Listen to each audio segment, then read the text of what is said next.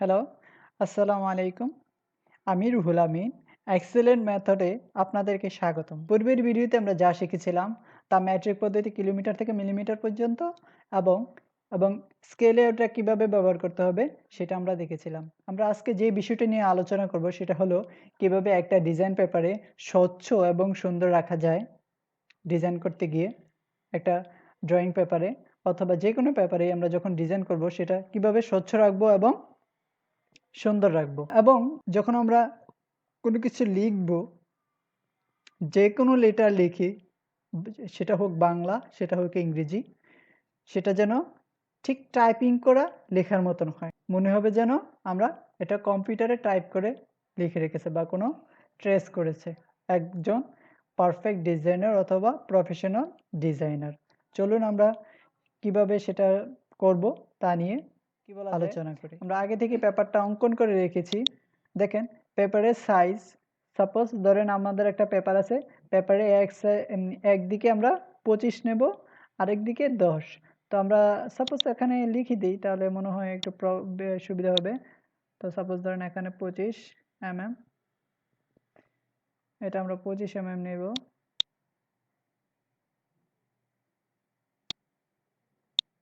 ঠিক আছে,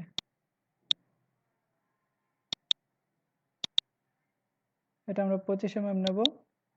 তারপর এটা আর চারিদিকে আমরা কত নেব, 10 করে নেব। ঠিক আছে, আমরা 10 করে নেব, সেটা যেন মনে থাকে। ঠিক আছে,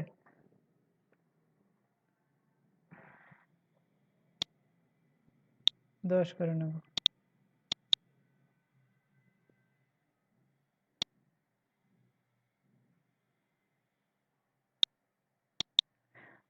একদিকে 25, আবার অনেক সময় অনেক টিচারে বলে একদিকে 15 আর চারিদিকে 10 করে, সেটাও নিতে পারেন, 15 নিতে পারেন, প্রবলেম নেই, তবে 25টা অনেক সুন্দর দেখা যায়।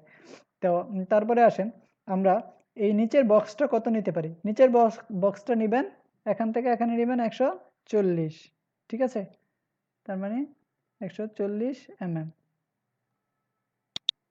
আর যখন আপনাকে বলা হবে যে এখান থেকে এখানে কত হতে পারে, তাহলে বলবেন কত, 60 mm।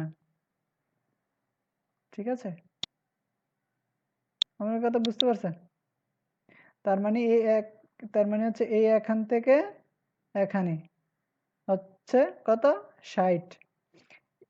এই এই দুইটা ঘর হবে, প্রথমটা হবে 10, দ্বিতীয়টাও 10, আর বাকিগুলোতে আপনি কি করবেন, ভাগ করে।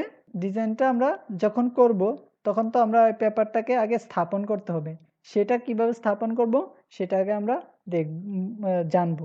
দেখেন আমরা যখন পেপারটা স্থাপন করব তখন আমরা পেপারটাকে ভালো করে স্ট্রেট করে নেব। অনেক সময় দেখা যায় পেপার মুড়ে আনা হয়, তো মুড়ে আনা হলে আমরা কি করব, তার উল্টো দিকে আরেকটা মোড়া দেব। তার উল্টো দিকে যদি আরেকটা মোড় দেই তাহলে আমাদের পেপারটা স্ট্রেট হয়ে যাবে। ঠিক আছে, তো যখন স্ট্রেট হয়ে যাবে তখন আমরা পেপার টেবিলে অথবা কোনো ফ্লোরে আমরা কি করব, স্থাপন করব। স্থাপন করার পূর্বে আমরা টেবিলটাকে ভালো করে পরিষ্কার করে নেব অথবা ফ্লোরটাকে ভালো করে পরিষ্কার করে নেব।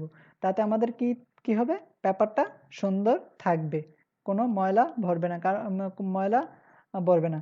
যেহেতু এটা সাদা কাপড়, সাদা কাগজ, সেহেতু যে কোনো ময়লা থাকলে সেটা সহজেই দেখা যায়। সেক্ষেত্রে আমরা সেজন্য আমরা কি রাখবো, আগে পরিষ্কার করে নেব। তারপরে আমরা চারো কর্নারে, পেপারের চারো কর্নারে আমরা ট্যাপ বা কোনো পিন মেরে দেব, যেন সেটা পেপারটা স্ট্রেট থাকে, যেন বাঁকাচাকা না হয় বা অথবা পেপারটা নড়ে না যায়। ঠিক আছে, সেদিকে আমরা খেয়াল রাখবো। তারপরে আমরা সেট স্কোয়ার এবং টি স্কেল নিয়ে নেব। টি স্কেল নিয়ে তারপর আমরা কাজ শুরু করব। কাজ শুরু করার পূর্বে আমাদের প্রয়োজন কি, পেন্সিল। ওকে, তো যেহেতু আমাদের পেন্সিল প্রয়োজন, পেন্সিলটা আমরা কিভাবে নিতে পারি, পেন্সিলটা আমরা 2HB নিতে পারি প্লাস অথবা HBও নিতে পারি। তো আমরা যেই পেন্সিলই নিই আমরা সেটা কি করব, পেন্সিলটাকে স্মুথ এবং সুচালু করে নেব, সেটাকে শার্প করে কি করে নেব, শার্পনার করে নিয়ে স্মুথ করব এবং সুচালু করব। ঠিক আছে, আস্তে আস্তে করবেন, সুচালু করবেন। সুচালু করে আমরা কি করব, সুচালু করে সেটাকে আমরা টি স্কোয়ার বা সেট স্কোয়ার স্থাপন করে আমরা যে যতটুকু আমাদের নেওয়া প্রয়োজন অতটুকু আমরা আলতো করে কি করব, ডট পয়েন্ট টেনে দেবো। সাপোজ ধরেন এই পেপারটাতে আমরা এই স্কেল টেনেছি, এখন আমার দরকার এখান থেকে, সাপোজ ধরেন এখান থেকে এখানে নেওয়া প্রয়োজন, বা 10 মিলিমিটার, ধরেন 100 মিলিমিটার নিতে বলছে, বা 10 cm নিতে বলছে, কি বলা যায়, 100 cm নিতে বলছে, তাহলে আমরা কি করব, বা 10 ইঞ্চি নিতে বলছে সাপোজ ধরেন আর কি। তো আমরা কি করব, প্রথম স্কেলটা স্থাপন করে, স্কেলটা স্থাপন করে আমরা এই আলতো করে একটা ফোঁটা দিব, এখানে একটা, এখানে একটা, এমনি ফোঁটা দেব আলতো করে, যেন বোঝা না যায়, ঠিক আছে। তারপর আমরা স্কেলটা স্থাপন করে আবার আলতো করে একটা টান দেব, আলতো করে টান দেওয়ার পরে আমরা, যখন আমাদের আলতো করেই টান দেব, প্রথম আলতো করে টান দিয়ে আমরা লাইনটা টেনে নেব, ঠিক আছে। এখান থেকে আলতো করে টান দিয়ে লাইনটা টেনে, তারপর আমরা কি করব, স্কেলটা তুলে ফু দেব, পেপারটার উপরে ফু দেব, ফু দিয়ে যে আমরা যে লাইনটা টানলাম, লাইনটা টানার পরে কিছু ময়লা পেন্সিল থেকে বের হয়, পেন্সিল থেকে কি হয়, বের হয়। তো বের হলে যদি আমরা এটা ফু না দিই, অথবা ময়লাটা সরিয়ে না দিই রুমাল দিয়ে অথবা কাপড় দিয়ে, যদি আমরা সরিয়ে না দিই, তাহলে পেপারটার উপরে ময়লাগুলো লেগে যায়। যখন আপনার হাত হাত রাখবেন, তখন দেখা গেছে যে ময়লাগুলো লেগে যায়। তো সেই ক্ষেত্রে আমরা কি করব, হয়তো রুমাল দিয়ে অথবা কাপড় দিয়ে অথবা ফু দিয়ে আমরা ময়লাগুলো টেবিলের বাইরে সরিয়ে দেব, বা পেপারের বাইরে সরিয়ে দেব, ঠিক আছে।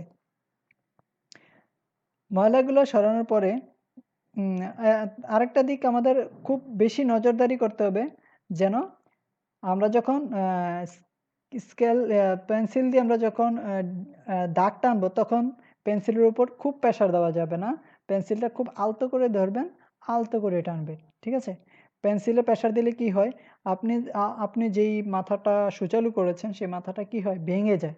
তো আমরা সেটা যেন না ভাঙে সেদিকে খেয়াল রাখবো, আলতো করে প্রথম টানবো, আলতো করে আমরা আরেকটা টান দেব, কিন্তু প্রথম টানবো কি, আলতো করে। ইঞ্জিনিয়ারিং ক্ষেত্রেই ধৈর্যের প্রয়োজন, এটা আপনারা আসলে সকলেই জানেন, বা কোনো ডিজাইনারের ক্ষেত্রে ধৈর্যের অনেক বেশি প্রয়োজন।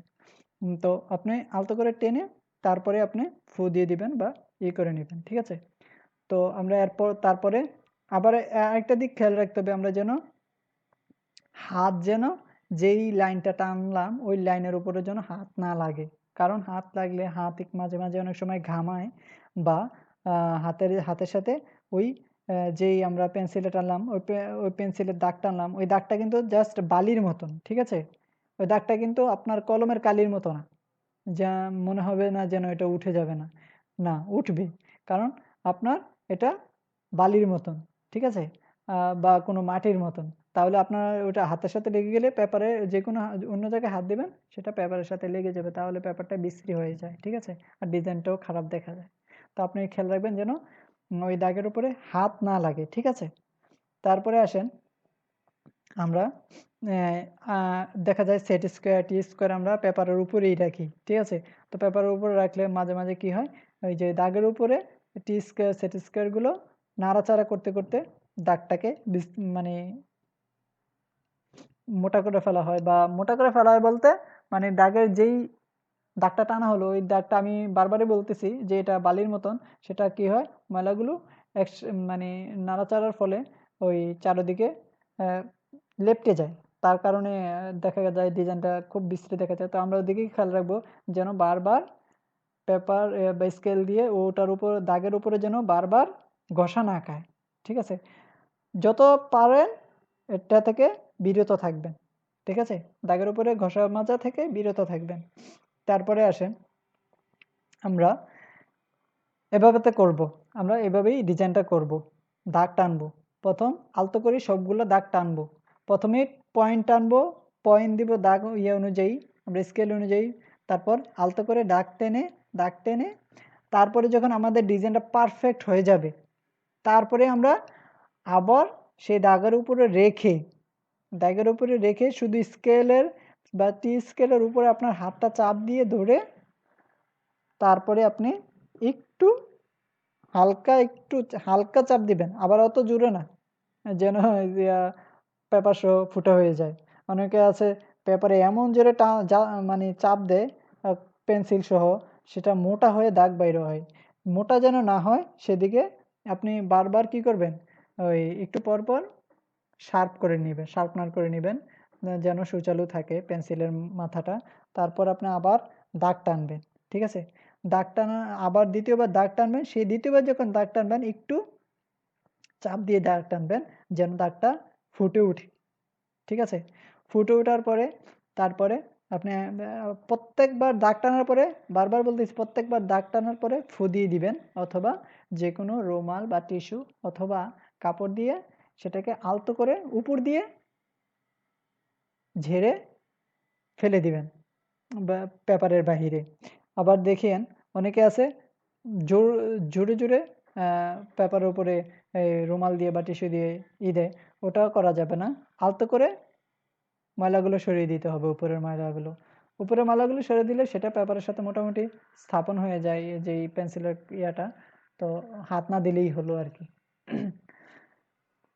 তো এভাবেই আমরা ডিজাইনটা করব। আচ্ছা, এবার আসি আমরা কিভাবে লেটারিং গুলো আমরা স্বচ্ছ এবং টাইপিং করা লেটারের মতন হয় সেটা আমরা কিভাবে করব তা এখন আমরা জানব। সেটা হলো এভাবে যে আমরা যখন টেকনিক্যাল অথবা কোনো ইঞ্জিনিয়ারিং ইনস্টিটিউটে ভর্তি হই, তখন টিচাররা আমাদেরকে লেটারিং করতে দেয়। আশা করি আপনারাও সকলে করেছেন, যদিও করেন তারপরে আবার করবেন। তো সেটা কিভাবে করবেন তা আমি বলে দিচ্ছি। আপনারা প্রথমেই 5 মিলিমিটার করে গ্রাফ করে নেবেন, ঠিক আছে? গ্রাফ করে আপনারা লেটারগুলো লিখবেন। লেটারগুলো লেখার সময় একটু মনোযোগ দিয়ে লিখবেন, যে আপনি ধরেন এ লিখলেন, এটা কিভাবে আপনি গ্রাফ থেকে এক কর্নার থেকে আরেক কর্নারে টানতেছেন, সেটা টানবেন আপনি কিভাবে, কলমটাকে 90 ডিগ্রিতে রাখবেন, ঠিক আছে? কলমটাকে চেষ্টা করবেন যেন 90 ডিগ্রি থাকে, ঠিক আছে?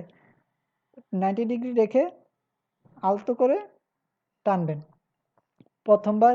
আর এটা আপনারা যখন লেটারিং করবেন তখন দুইবার করবেন, একবার নয় দুইবার করবেন, ঠিক আছে? প্রথমবার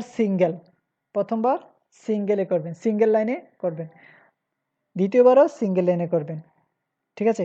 সিঙ্গেল লাইনে টানার পরে তারপর দ্বিতীয়বার আসেন, তৃতীয়বারের সময় করবেন কি ডাবল লাইনে, কারণ ডাবল লাইনে আপনাকে করতে হবে, ডাবল লাইনেও করতে হবে ডিজাইন। তো লেটারিং তৃতীয়বার কি করবেন, লেটারিং গ্রাফ টেনে তৃতীয়বার করবেন ডাবল লাইন, চতুর্থবার আবার ডাবল লাইনে করবেন। কয়বার হলো, প্রথম চারবার হলো না? এই চারবার টানার পরে আপনার নলেজে মাথাতে ঢুকে যাবে যে আপনি কোন অক্ষরটা কিভাবে টেনেছেন। এটা কিন্তু আপনি স্মরণ রাখবেন, কোন অক্ষরটা কিভাবে লিখেছেন, লিখতে হয়েছে কিভাবে, সেটা যেন মাথায় থাকে, ঠিক আছে? সেটা যেন মাথায় থাকে। তারপরে আপনি এটাকে ফ্রি হ্যান্ডে করবেন, কোনো গ্রাফ না, কোনো গ্রাফ না। আপনি প্রত্যেকটা অক্ষরের স্টেট রাখবেন, প্রত্যেকটা অক্ষর কি স্টেট, একটা অক্ষর থেকে আরেকটা অক্ষর যেন বড় না হয়ে যায়, ছোট না হয়ে যায়, ওটা খেয়াল রাখবেন। যখন হাতে লিখবেন, ফ্রি হ্যান্ডে লিখবেন, তখন ওইটা খেয়াল রাখবেন যেন একটা অক্ষর থেকে আরেকটা অক্ষর বড় না হয়ে যায়, এবার পাশে হোক আর লেন্থে হোক, ঠিক আছে? কোনোভাবেই যেন বড় না হয়ে যায়, সেটা মাথায় রাখবেন। কারণ আপনি আগে যেহেতু 2-3 বার করে করেছেন, সেহেতু আপনার মাথাতে আছে যে কোন অক্ষরটা কতটুকু হবে। প্রত্যেক অক্ষরগুলা একই একই লেন্থের একই ব্রেথের রাখতে চেষ্টা করবেন। একটু কম বেশি হতে পারে, সেটা কোনো ব্যাপার না, কিন্তু আপনি ট্রাই করবেন কি যেন পারফেক্ট থাকে, যেন একই লেন্থের একই ব্রেথের হয়, ঠিক আছে? তারপর করার পরে আপনি যখন ফ্রি হ্যান্ডে করে ফেলবেন, ও আপনি যখন ফ্রি হ্যান্ডে করে ফেলবেন, করে ফেলার পরে আপনি এবার আরেকটা ডিজাইন তৈরি করবেন, যে কোনো একটা ডিজাইন তৈরি করবেন। এবার প্রথমবার তো বড় বড় করে করেছেন, এবার একদম ছোট ছোট করে লেখা শুরু করেন লেটারগুলা। সেটা এবিসি থেকে এ থেকে জেড পর্যন্ত বড় হাতের এবং ছোট হাতের দুটোটাই তো লিখবেন, ঠিক আছে? দুটোটাই লিখবেন। তো এবার যখন লিখবেন 1-2 গুলো কিন্তু বাদ দিবেন না, কারণ 1-2 আপনার বেশি প্রয়োজন যেহেতু করবেন। তো আপনার করার পরে যখন লেটার এবং নাম্বারিং গুলো লেখা শেষ হয়ে যাবে, তখন আপনারা পেপারের ভিতরেও ওইভাবে লেখা ট্রাই করবেন, করতে থাকবেন, ট্রাই করতে থাকবেন, এক সময় দেখবেন যে আপনার লেখাগুলা এত সুন্দর হয়েছে, আপনার কাছেই খুব সুন্দর লাগবে। 1 এর মতন যেতে হয়, 2 এর মতনই যেন হয়, যেন মানে বিশ্রী না হয়ে যায়। আপনি ওইভাবে লেখা ট্রাই করবেন, ঠিক আছে? তারপর লেখার পরে আপনি যখন ডিজাইনটা কোনো টিচারের কাছে শো করবেন, তখন দেখবেন টিচার আপনার স্যার মনে করবে যে ও তো অনেক ভালো স্টুডেন্ট, মানে কিছু না বলুক কিন্তু মনে মনে আপনাকে খুব সে ভালোবেসে উঠবে, ঠিক আছে? তা আশা করি আপনারা এই ডিজাইনটা ওইভাবেই করবেন এবং পেপারগুলো স্বচ্ছ রাখতে চেষ্টা করবেন। আপনাদের যদি ডিজাইন মানে আমরা যখন ড্রয়িং একটা বক্স আছে, আমরা যদি ডিজাইন করার কোনো বক্স ডিজাইন করে পেপার রাখার কোনো বক্স না থাকে, তাহলে আপনারা সেই পেপারটাকে মুড়ে গোল করে উপর দিয়ে একটা ছোট্ট একটা পেপার নিয়ে নেবেন। আপনি যে জায়গায় ধরবেন সেই জায়গাটাতে আরেকটা আলগা একটা ছোট একটা পেপার দিয়ে বা কোনো একটা যে কোনো একটা কি বলা যায়, যে কোনো টিস্যু হোক যা বা যে কোনো পেপার দিয়ে আপনি আগে উপর দিয়ে আরেকটা মুড়ে দিয়ে ধরবেন, বা কোনো একটা রাবার দিয়ে আপনি ওই আর আলগা একটা পেপার দিয়ে ধরে তারপর এটা নিয়ে যাবেন বাসাতে, ভালো করে রেখে দিবেন, তাতে আর পেপারটা ময়লা হবে না। কারণ অনেক সময় দেখা যায় অনেকে মানে এমনিতেই খালি হাতেই ধরে নিয়ে যায়, তখন আপনার হাত গামিয়ে যায়, হাতের ভিতরে যে গামগুলো হয় তখন এই হাতের গামগুলো থেকে ময়লার সৃষ্টি হয়। ময়লার সৃষ্টি হয়ে কী হয়, পেপারের সাথে লেগে যায়, তাতে পেপারটা নষ্ট হয়ে যায়, ঠিক আছে? তো আপনার এদিকে খেয়াল রাখবেন, আশা করি আপনারা উপকৃত হয়েছেন।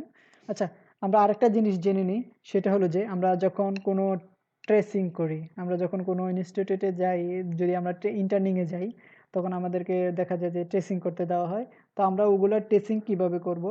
আমরা ট্রেসিংও একইভাবে করব। আমি যেভাবে বলেছি সেটা মাথায় রাখবেন। আমি যেটা বলেছি সেটা, যে ওয়েটা বলেছি সেটা হচ্ছে পারফেক্ট ওয়ে, ঠিক আছে? কোনো ডিজাইনের ক্ষেত্রে পারফেক্ট ওয়ে হচ্ছে আমি যেটা বলেছি, সেটা হলো যে এই, যে আপনি যখন ডিজাইন করবেন, এবার এবার ট্রেসিং করেন আর কোনো পেপারে ডিজাইন করেন, পেন্সিল দিয়ে করেন আর কলম দিয়ে করেন, ঠিক আছে? যেভাবেই করেন নিয়ম একটাই মাথায় রাখবেন, যে আপনার পেন বা পেন্সিল স্ট্রেট যেন থাকে, 90 ডিগ্রিতে যেন থাকে, 90 ডিগ্রিতে রেখে আপনি ডিজাইনটা করতে ট্রাই করবেন সব সময়, তাতে দেখবেন আপনার ডিজাইনটা অনেক সুন্দর হয়েছে, ঠিক আছে? তা আশা করি আমরা অনেকটা বুঝতে পেরেছি এবং আশা করি আপনারা সকলে করবেন।